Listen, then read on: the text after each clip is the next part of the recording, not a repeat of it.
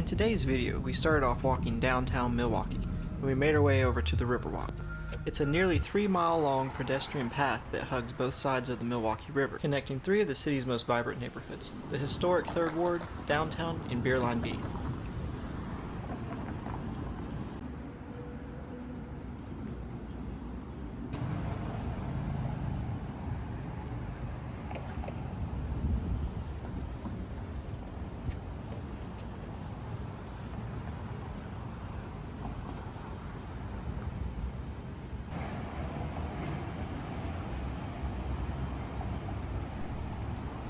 Walking here, you really get a sense of Milwaukee's personality.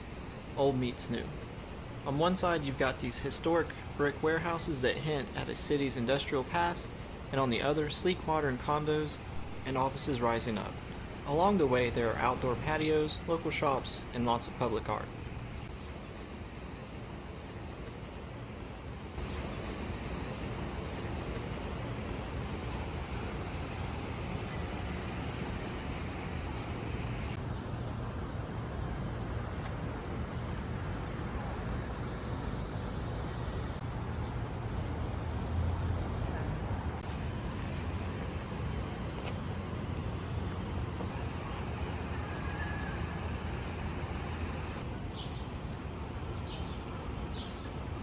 Speaking of art, one of the first things we spotted was the bronze Fonz, a life-size statue of Fonzie from Happy Days.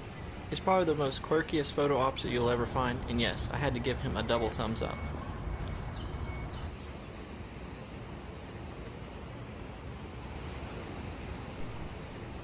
As you walk further down, there are these floating docks that overlook where you can stop and watch kayakers paddle by, or see one of the iconic Yellow River taxis cruise past. You can even get a front row seat to Milwaukee's famous movable bridges. They are bascule bridges, and they've been lifting river traffic here since the late 1800s. Even though you're in the middle of downtown, there's this peaceful energy with the water beside you, and the city sounds off in the distance. It's the perfect place for a morning coffee stroll or an evening walk as the city light reflects off the water.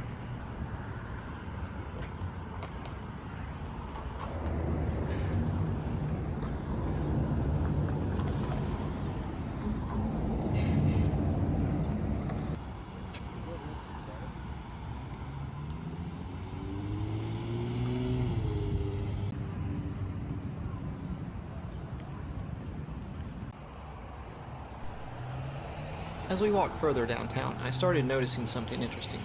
Little touches of Germany was everywhere, and that's by no accident. Milwaukee has deep German roots, thanks to its waves of immigrants who settled here in the 19th century. And by the late 1800s, nearly all of Milwaukee's population was German descent, giving it the nickname Deutsche Athens, or German Athens.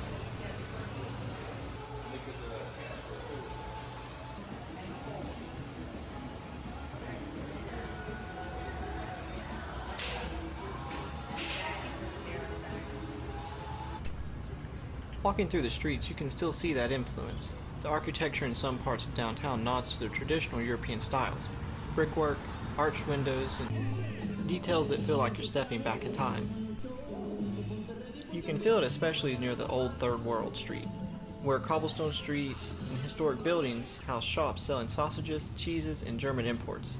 Stop in places like Euclid's famous sausage for a true taste of old Milwaukee and admire Marder's restaurant, which has been serving authentic German fare since 1902. This German presence adds a unique character to the city. It's like Milwaukee blends Midwestern warmth with a European heartbeat. Even if you're just strolling, there's a charm in knowing that these streets were shaped by cultures that came together and built something long-lasting.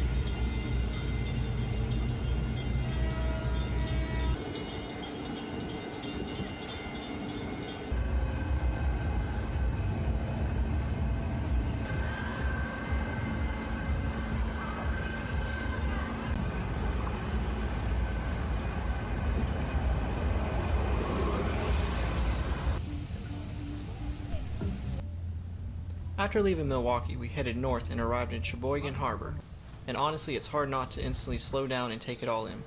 The harbor has this coastal charm that feels like a step back in time. You're surrounded by these gentle sounds of gulls overhead and the soft lapping of Lake Michigan against the docked boats.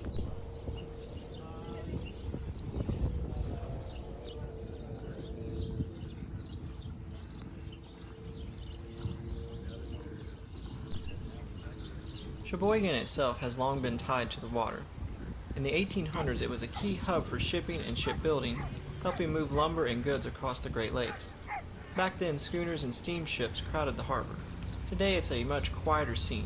Rows of sailboats and fishing vessels bob gently in the marina, and with locals casting lines off the pier. The highlight here is the Sheboygan Breakwater Lighthouse. This bright red beacon has been standing guard at the mouth of the harbor since 1915, guiding ships safely into the port for over a century. Walking along Breakwater out to the lighthouse, you're treated with the panoramic views of the lake and the shoreline. It's one of those spots where you just want to stop, feel the breeze, and take a deep breath. On a clear day, you can see the endless blue water stretching out over the horizon, and it almost feels like standing on the edge of the ocean.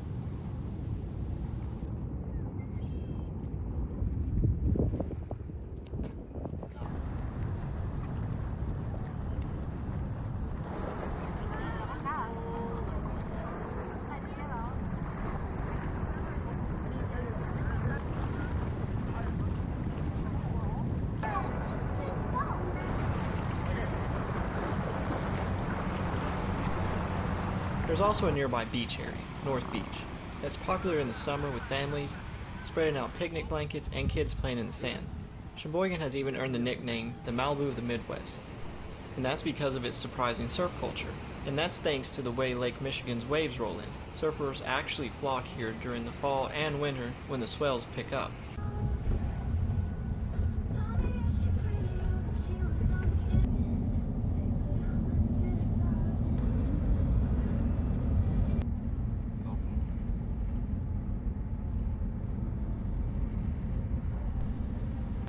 Before wrapping up our day, we made one last stop, Cedar Crest Ice Cream. This is a local favorite that's been crafting Wisconsin-made ice cream since the 1970s. As soon as you pull up, you'll be greeted by the massive cow statue right out front. You can't miss it. It's become a little bit of a local roadside icon.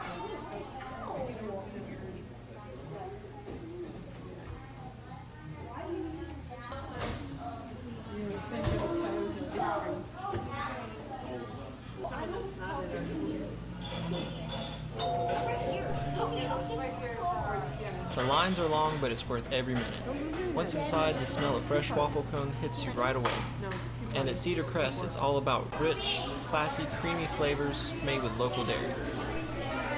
I went for a scoop of their peanut butter Mackinac Island fudge, which is a decadent mix of peanut butter and fudge swirls, and a scoop of the Wisconsin campfire s'mores.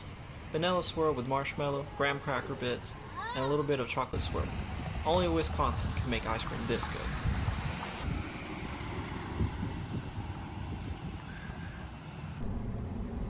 And at the end of the day of all this driving in places that we went, we started to make our way to our destination, the Keweenaw Peninsula in Michigan. See you in the next one.